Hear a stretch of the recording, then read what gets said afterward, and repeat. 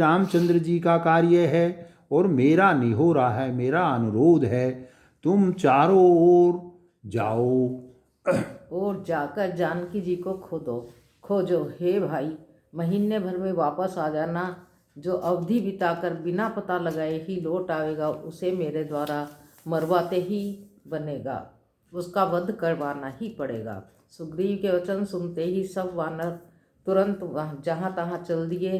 तब सुग्रीव ने अंगद, नल, हनुमान आदि प्रधान प्रधान योद्धाओं को बुलाया और कहा, हे धीर बुद्धि और चतुर नील, अंगद, जाम्बान और हनुमान, तुम सब श्रेष्ठ योद्धा मिलकर दक्षिण दिशा को जाओ और किसी से सीता जी का पता पूछना। मन, वचन तथा कर्म से उसी का उपाय सोचना। श्री रामचंद्र जी का कार्य संपन्न करना। सूर्य को पीठ से और अग्नि को हृदय से सामने से सेवन करना चाहिए, परंतु स्वामी की सेवा तो छल छोड़कर सर्वभाव से मन, वचन, कर्म से करनी चाहिए। माया, विषयों की ममता, आसक्ति को छोड़कर परलोक का सेवन, भगवान के दिव्य धाम की प्राप्ति के लिए भगवत सेवा रूप साधन करना चाहिए, जिससे भव जन्म मरण से उत्पन्न सारे शोक मिट जाएं। हे भाई, देह धारण करने का यही फल है कि सब कामनाओं को छोड़कर श्री रामचंद्र जी का भजन किया जाए। सद्गुणों को पहचानने वाला तथा गुणवान तथा बड़भागी वही है जो श्री रघुनाथ जी के चरणों का प्रेमी है। आज्ञा मानकर और चरणों में फिर सिर नवाकर श्री रघुनाथ जी का स्मरण करते हुए सब हर्षित होकर चले। सबके पीछे पवनसुत श्री हनुमान जी ने सिर नवाया। कार्य का विचार करके प्रभु ने उन्हें अपने पास बुलाया। उन्होंने अपने कर कमल से उनके सिर का स्पर्श किया तथा अपना सेवक जानकर उन्हें अपने हाथ की अंगूठी उतार कर दी और कहा, बहुत प्रकार से सीता को समझाना और मेरा बल तथा विरह कहकर तुम शीघ्र लौट आना। हनुमान जी ने अपना जन्म सफल समझा और कृपा निधान प्रभु को हृदय में धारण करके वे चले। यद्यपि देवताओं की रक्षा करने वाले प्रभु सब बात जानते हैं, तो भी वे राजनीति की रक्षा कर रहे हैं। नीति की मर्यादा रखने के लिए सीता जी का पता लगाने को जहाँ तहाँ वानरों को भेज रहे हैं। सब वानर वन, नदी, तालाब, पर्वत और पर्वतों की कंदराओं में खोजते हुए जा रहे हैं। मन श्री राम जी के कार्य में लवलीन है। शरीर का रत शरीर तक का प्रेम भूल गया। कहीं किसी राक्षस से भेंट हो जाती है तो एक एक चपत में ही उसके प्राण ले लेते हैं। पर्वतों और वनों को बहुत प्रकार से खोज रहे हैं। कोई मुनि मिल जाता है तो पता पूछने के लिए उसे सब घेर लेते हैं। इतने में ही सबको अत्यंत प्यास लगी, जिससे सब अत्यंत ही व्याकुल हो गए, किंतु जल का कहीं पता न मिला। घने जंगल में सब भुला गए। हनुमान जी ने मन में अनुमान किया कि जल पिए बिना सब लोग मरना ही चाहते हैं। उन्हें पहाड़ की चोटी पर चढ़कर चारों ओर देखा तो पृथ्वी के अंदर एक गुफा में उन्हें एक कौतुक आश्चर्य दिखाई दिया। उसके ऊपर चकवे, बगुले और हंस उड़ रहे हैं और बहुत से पक्षी उसमें प्रवेश कर रहे हैं। पवन कुमार हनुमान जी पर्वत से उतर आए और सबको ले जाकर उन्होंने वह गुफा दिखाई। सबने हनुमान जी को आगे कर लिया और वे गुफा में घुस गए। देर नहीं की।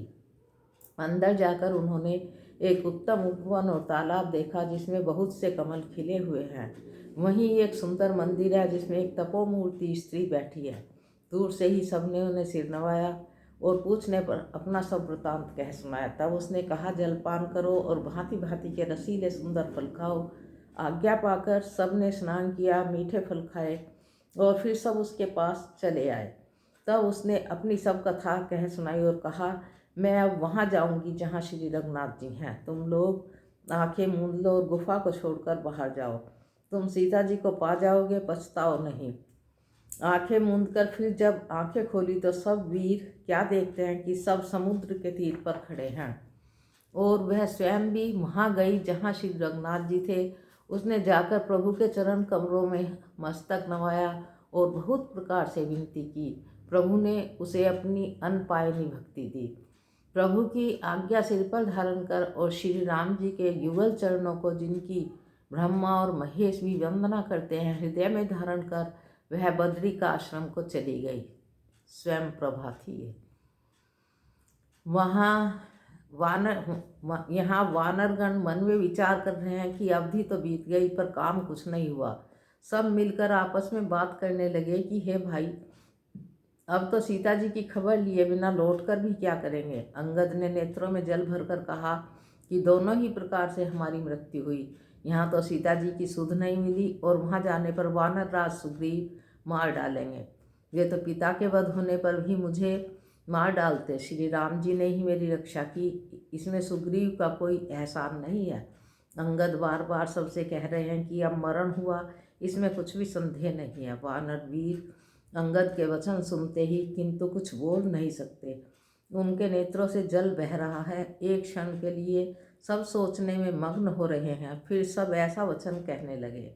हे सुयोग्य युवराज, हम लोग सीता जी की खोज लिए बिना नहीं लौटेंगे। ऐसा कहकर लवण सागर के तट पर जाकर सब वानर कुश बिछाकर बैठ गए। जाम्बवान ने अंगद का दुख देखकर विशेष उपदेश की कथाएं कहीं। वे बोले, हे तात, श्री राम जी को मनुष्य न मानो, उन्हें निर्गुण ब्रह्म अजेय और अजन्मा समझो।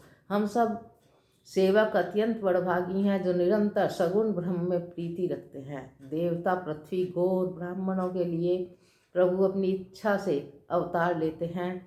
वहाँ सगुणोपासक भक्तजन सालोक के सामीप्य, सारूप्य, सृष्टि और सायुज्य सब प्रकार के मोक्ष को त्याग कर उनकी सेवा में साथ रहते हैं। इस प्रकार जाम्बवान बहुत प्रकार से कथाएं कह रहे हैं। इनकी बातें पर्वत की कंदरा में संपाति ने सुनी। बाहर निकलकर उसने बहुत से वानर देखे। तब वह बोला, जगदीश्वर ने मुझे घर बैठे ही बहुत सा आहार भेज दिया है। आज इन सबको खा जाऊंगा। बहुत दिन बीत गए, भोजन के बिना मर रहा था। पेट भर भोजन कभी नहीं मिलता। आज विधाता ने एक ही बार में मुझे बहुत सा भोजन दे दिया। गीध के वचन कानों से सुनते ही सब डर गए कि अब सचमुच ही मरना हो गया, यह हमने जान लिया है। फिर उस गीध को देखकर सब वानर उठ खड़े हुए। जाम्बवान के मन में विशेष सोच हुआ। अंगद ने मन में विचार कर कहा, आहा, जटायु के समान धन्य कोई नहीं है। श्री राम जी के कार्य के लिए शरीर छोड़कर वह परम बड़भागी भगवान के परम धाम को चला गया। हर्ष और शोक से युक्त वाणी सुनकर वह पक्षी वानरों के पास आया। वानर डर गए। उनको अभय करके उसने पास जाकर जटायु का वृत्तांत पूछा। तब उन्होंने सारी कथा उसे कह सुनाई। भाई जटायु की करनी सुनकर संपाति ने बहुत प्रकार से श्री रघुनाथ जी की महिमा वर्णन की। उसने कहा, मुझे समुद्र के किनारे ले चलो, मैं जटायु को तिलांजलि दे दूं। इस सेवा के बदले में मैं तुम्हारी वचन से सहायता करूंगा, अर्थात सीता जी जहाँ कहाँ है सो बतला दूंगा। जिसे तुम खोज रहे हो उसे पा जाओगे। समुद्र के तीर पर छोटे भाई जटायु की क्रिया आदि करके संपाति अपनी कथा कहने लगा। हे वीर वानरों, सुनो। हम दोनों भाई उठती जवानी में एक बार आकाश में उड़कर सूर्य के निकट चले गए। वह जटायु तेज नहीं सह सका, इससे लौट आया, परंतु मैं अभिमानी था इसलिए सूर्य के पास चला गया। अत्यंत अपार तेज से मेरे पंख जल गए। मैं बड़े जोर से चीख मारकर जमीन पर गिर पड़ा। वहाँ चंद्रमा नाम के एक मुनि थे। मुझे देखकर उन्हें बड़ी दया लगी। उन्होंने बहुत प्रकार से मुझे ज्ञान सुनाया और मेरे देह जनित अभिमान को छुड़ा दिया। उन्होंने कहा, त्रेता युग में साक्षात परब्रह्म मनुष्य शरीर धारण करेंगे। उनकी स्त्री को राक्षसों का राजा हर ले जाएगा। उसकी खोज में प्रभु दूत भेजेंगे। उनसे मिलने पर तू पवित्र हो जाएगा और तेरे पंख उग आएंगे। चिंता ना कर, उन्हें तू सीता जी को दिखा देना। मुनि की यह वाणी आज सत्य हुई। आज मेरे वचन सुनकर तुम प्रभु का कार्य करो। त्रिकूट पर्वत पर लंका बसी हुई है। वहाँ स्वभाव से निडर रावण रहता है। वह अशोक नाम का उपवन है जहाँ सीता जी रहती हैं। इस समय भी वे सोच में मग्न बैठी हैं। मैं उन्हें देख रहा हूँ, तुम नहीं देख सकते, क्योंकि गिद्ध की दृष्टि अपार होती है, बहुत दूर तक जाती है। क्या करूँ, मैं बूढ़ा हो गया, नहीं तो तुम्हारी कुछ सहायता अवश्य करता।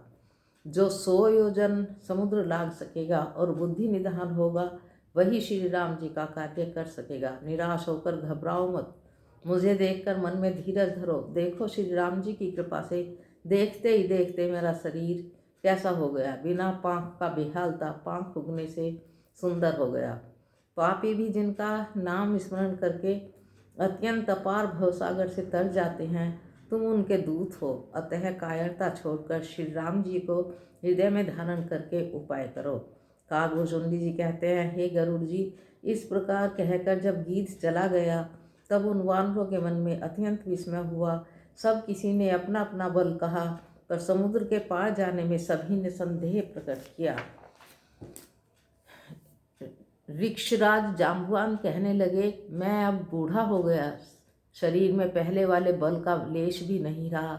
जब खरारी वामन बने थे तब मैं जवान था और मुझ में बड़ा बल था। बलि के बांधते समय प्रभु इतने बढ़े कि उस शरीर का वर्णन नहीं हो सकता, किंतु मैंने 2 ही घड़ी में दौड़कर उस शरीर की 7 प्रदक्षिणाएं कर ली।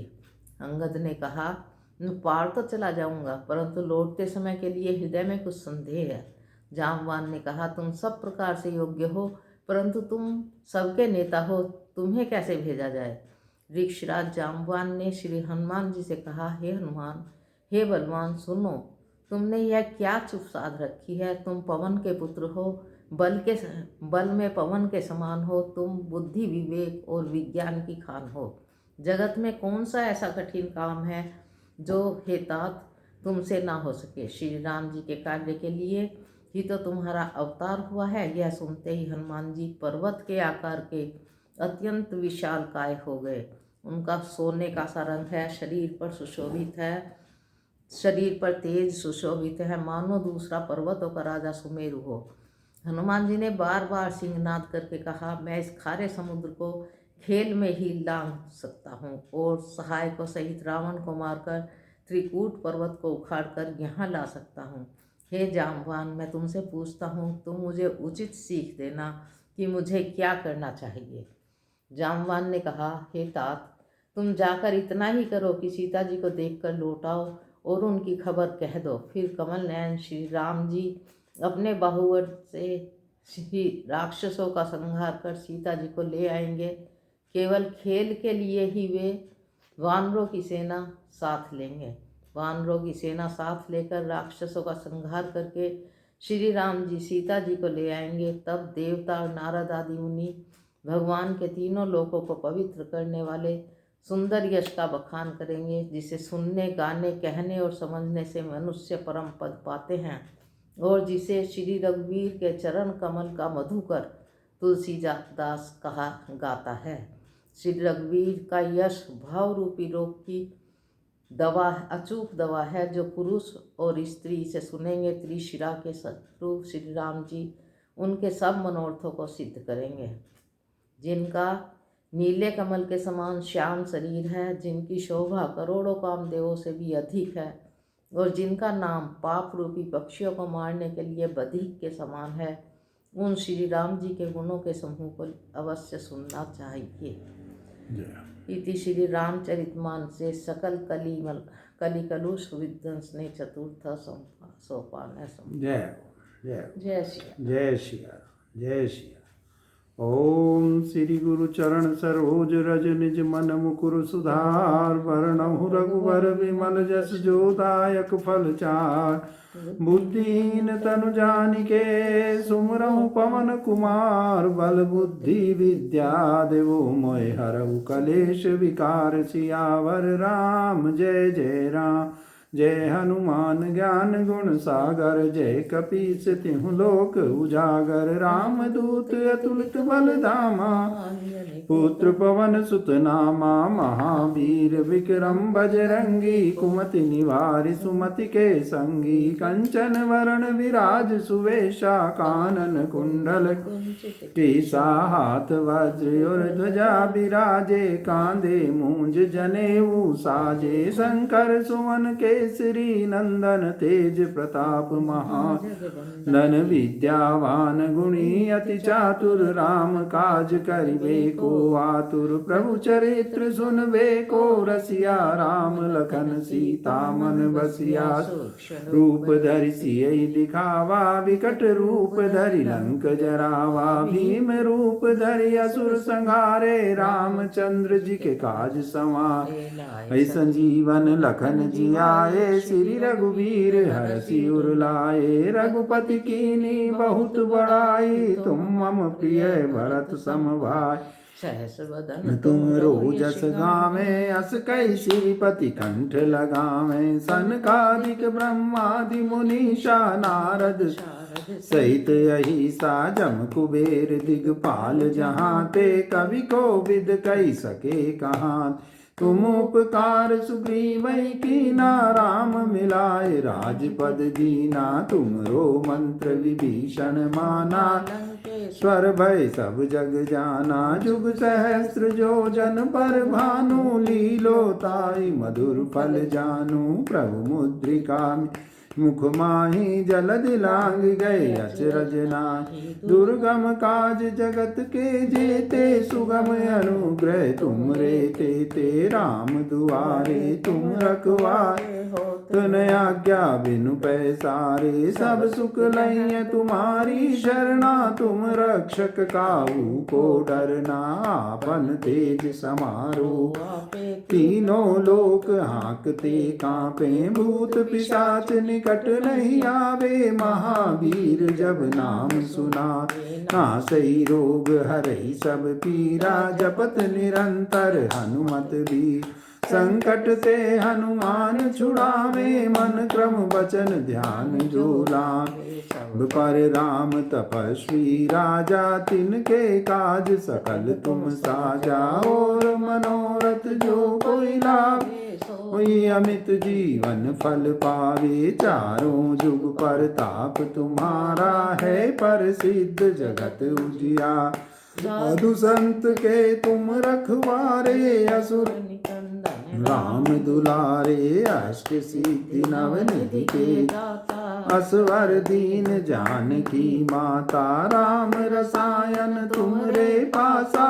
सदा रहो रघुपति के दासा तुमरे भजन राम को पावे जन्म जन्म के दुख विश्राम अंत काल रघुबरपुर जाई जहाँ जन्म हरि भक्त कहाई और देवता चित्त न धरई हनुमत से ही सर्व सुख करे संकट कटे मिटे सब पीरा जय सुमरे हनुमत बल बीरा जय जय जय हनुमान गोसाई कृपा करो गुरुदेव की नाई जो सत बार पाठ कर कोई छूटई बंदी महासुख हो जो ये पढ़े हनुमान चालीसा ये सिद्धि साखी गौरी सा तुलसीदास सदा हरि तेरा नेस सदा हरि तेरा कीजे नाथ हृदय मेरे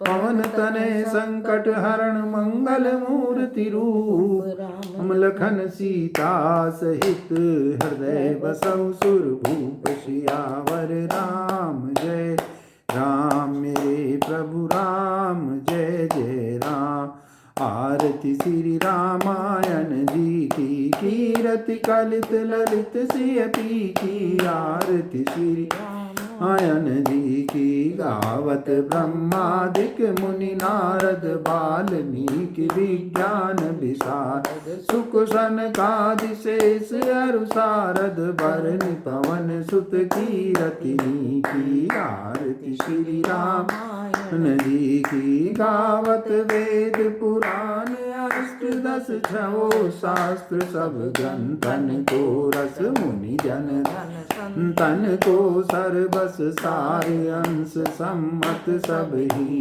की आरती श्री रामायण जी की गावत संतत शंभु भवानी अरुघट संभव मुनि विज्ञान व्यास आदि कवि भरज बखानी काक भूषुंड गुड़ के ही की आरती श्री रामायण जी। कलिमल हरिणी विषय रस फीकी सुबग सिंगार मुक्ति जुबती की। रोग भव मूढ़ी अमी की तात मात सब विधि तुलसी। आरती श्री रामायण जी की कीरति कलित ललित सिय पी की। आरती श्री रामायण जी की। ओम श्री रामचंद्र कृपालु भज मन हरण भव भय दारुणम नव कंज लोचन कंज मुख कर कंज जारुणम कंदर्प अगणित अमित छवि नव नील नीरद सुंदरम पट पीत मानव तड़ित रुचि सुचि नौमि जनक सुतावरम। भजु दीन बंधु दिनेश दानव दैत्य वंश निकंदनम। रघुनंद आनंद कंद कौशल चंद दशरथ नंदनम। मुकुट कुंडल तिलक चारु दारु अंग विभूषणम। जानुभुज सर चाप धर संग्राम जित खर दूषणम। इति वदति तुलसीदास शंकर शेष मुनि मनरंजनम। मम हृदय कंज निवास कुरु अधिखल दल गंजनम। मनुजाहि राचौ मिलौ सोवरु सहज सुंदर सांवरो। करुणा निधान सुजान सनेहु जानत राउरो। एहि भांति गौरी असीस सुनि सिय सहित हर्षित अलित। सी भवानी पूज पुनि पुनि मुदित मन मंदिर चली। जानि गौरी अनुकूल सियहि हर्ष न जाय कही। मंजुल मंगल मूल वाम अंग फरकन लगे। जय सिया राम जय सिया राम। ओम अतुलित बलधामं नमामि हेम शैलावदेहं नमामि धनुजवन कृशानं नमामि ज्ञानिनामग्रगण्यं नमामि सकल गुण निधानं नमामि वानराणामधीशं नमामि रघुपति प्रियभक्तं नमामि ओम वातजातं नमामि। ओम यं शैवासमुपाश्रते शिविति ब्रह्मेति वेदान्तिनो बुद्धा बुद्धिति प्रमाण पटवय करते नैयायिका। सोऽयं नो विदान्तु वञ्चितफलं त्रिलोक्यनाथो हरि ओम नमः। कर्पूरगौरं करुणावतारं संसारसारं भुजगेन्द्रहारं सदा वसन्तं हृदयारविन्दे भवं भवानी सहितं नमामि। ओंकाराय नमो नमः हरि नमो नमः हरि नमो। जय शंकर जय पार्वती जय गणपति जय जय गणेश जय श्री सीतारामाय नमः। ओम श्री रामचंद्राय नमः। ओम श्री रामभद्राय नमः। ओंकाराय ओ नमः। जय गणपति जय जय गणेश जय जय